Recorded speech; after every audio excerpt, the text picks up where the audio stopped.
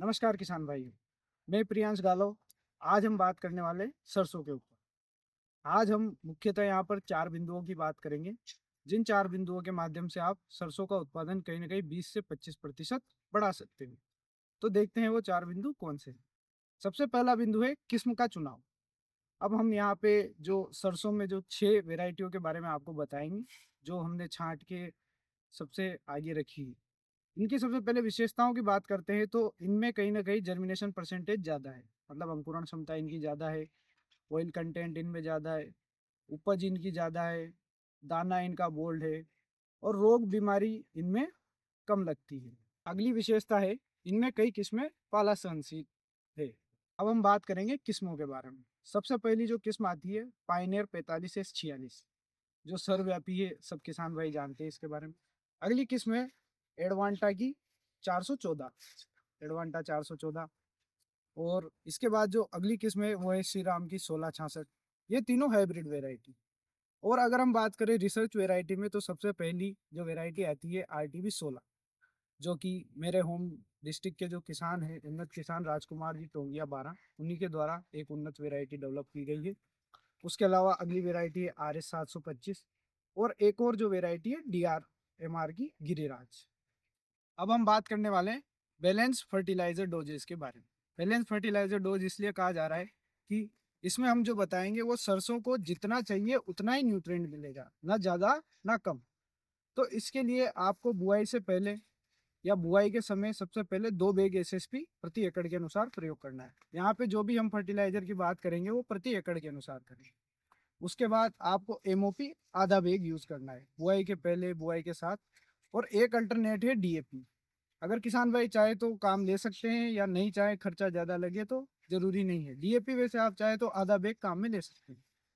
इसके बाद हम बात करेंगे 30 दिन बाद की, या जो पहला पानी लगता है आपके उस समय की। उस समय आपको किसान भाइयों यूरिया 1 बैग देना है।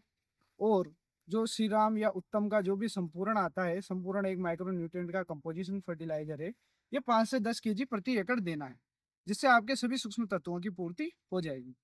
उसके बाद अगली अवस्था आती है 45 दिन से 60 दिन। इसमें देखो पानी आपके ऊपर है, कई किसान 1 पानी की सरसों करते हैं, कई 2 पानी की करते हैं, वो आपके ऊपर है। पर इस अवस्था में आपको कहीं ना कहीं यूरिया आधा बैग देना है। और जो मुख्य चीज देनी है, जो इस वीडियो का मुख्य आधार है, वो है बेंटोनाइट सल्फर। 90% जो पाउडर आता है वो 5 से 10 किलो प्रति एकड़ देना है, जो आपके अंतिम अवस्था में सल्फर की पूर्ति कर देगा। जब आपके पॉट फिलिंग स्टेज आएगी, बाद में दाने बनेंगे, उस समय ये सहायक रहेगा। अब हम बात करने वाले हैं कीटों के ऊपर या कीट नियंत्रण के ऊपर। जो सबसे पहला कीट है पेंटेड बग। ये आपके 1 महीने की अवस्था में आता है। सबसे पहली बात तो ये। तो इसके समाधान के लिए हम सबसे पहले तो उपयोग करते हैं मेलाथियान, क्विनालफोस और डाइमेथोएट।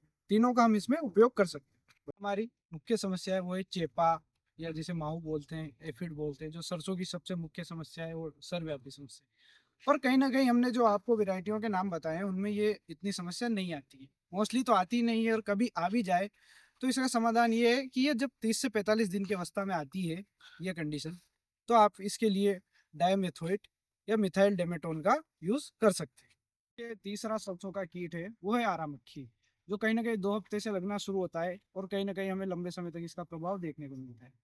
इसके लिए आप प्रोफेनोफोस प्लस साइपरमेथ्रिन का उपयोग कर सकते हैं। ये ना करें तो इसमें क्विनालफोस भी प्रभावी है, और कहीं ना कहीं मेलाथियान भी प्रभावी है। सबसे पहला और प्रभावी जो सरसों का रोग है वो सफेद रतुआ है, जिसे व्हाइट रस्ट कहते हैं। ये सामान्यतः 30 से 45 दिन की अवस्था में आता है। अब पहले हम बात करेंगे ये आता क्यों है। तो इसके आने का जो प्रमुख कारण है वो ये है कि जैसे दिसंबर जनवरी, मुख्यतः दिसंबर में आता है, तो जब तापमान 10 से 12 डिग्री हो जाता है, टेम्परेचर डाउन हो जाता है, और कहीं ना कहीं फील्ड में या खेत में नमी ज़्यादा है, तब ये ज़्यादा प्रभावी होता है। अब इसका समाधान क्या है, तो इसका समाधान है आप पेनकोजेब जो आता है 75% वेटेबल पाउडर, वो आप 500 ग्राम प्रति एकड़ के अनुसार उपयोग में ले सकते हैं। 500 ग्राम प्रति एकड़ बोले तो मतलब एकड़ में हम यहाँ पे 6 टंकी मान के चलेंगे, 6 टंकी जो 15 लीटर वाली होती है उससे। उसके बाद अगर ये वैसे कंट्रोल में आ जाएगा, नहीं आए तो आप एक स्प्रे फिर से रिपीट कर सकते हैं। अगली समस्या आती है किसान भाइयों तना गलन की। तना गलन वही 50 से 60 दिन की अवस्था में आता है।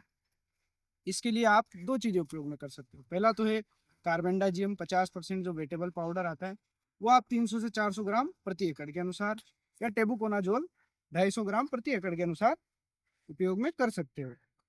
और वैसे ये इससे कंट्रोल में आ जाएगा, और नहीं आए तो आप एक स्प्रे फिर से रिपीट कर सकते हो। अगली जो समस्या आती है वो पत्ती धब्बा की या अल्टरनेरिया की जो समस्या आती है, इसके बारे में बात करेंगे। इसकी समस्या के लिए आप मैनकोजेब है, थायरम है, दोनों का उपयोग कर सकते हो। और पहले देखा जाए तो ये समस्या आती क्यों है? ये समस्या मुख्यतः बीज जनित है। तो इसके लिए आप कैप्टान या थायरम से पहले बीज उपचार करके ही सरसों का बुआई करें। तो ये हमने आज चारों बिंदुओं पे बात कर ली। सरसों का जो मुख्यतः कीट प्रबंधन है, इसका जो बीमारी का प्रबंधन है, इसकी किस्म का चुनाव है, और इसका फर्टिलाइजर यानी उर्वरक मैनेजमेंट। अगर आप ये सब चारों चीजें बैलेंस करके चलते हैं, तो जो अभी आप उत्पादन ले रहे हैं उससे आपको ये मिनिमम बताया जा रहा है कि 20 से 25% उत्पादन बढ़ सकता है। इससे ज्यादा भी परिणाम देखने को मिल सकते हैं।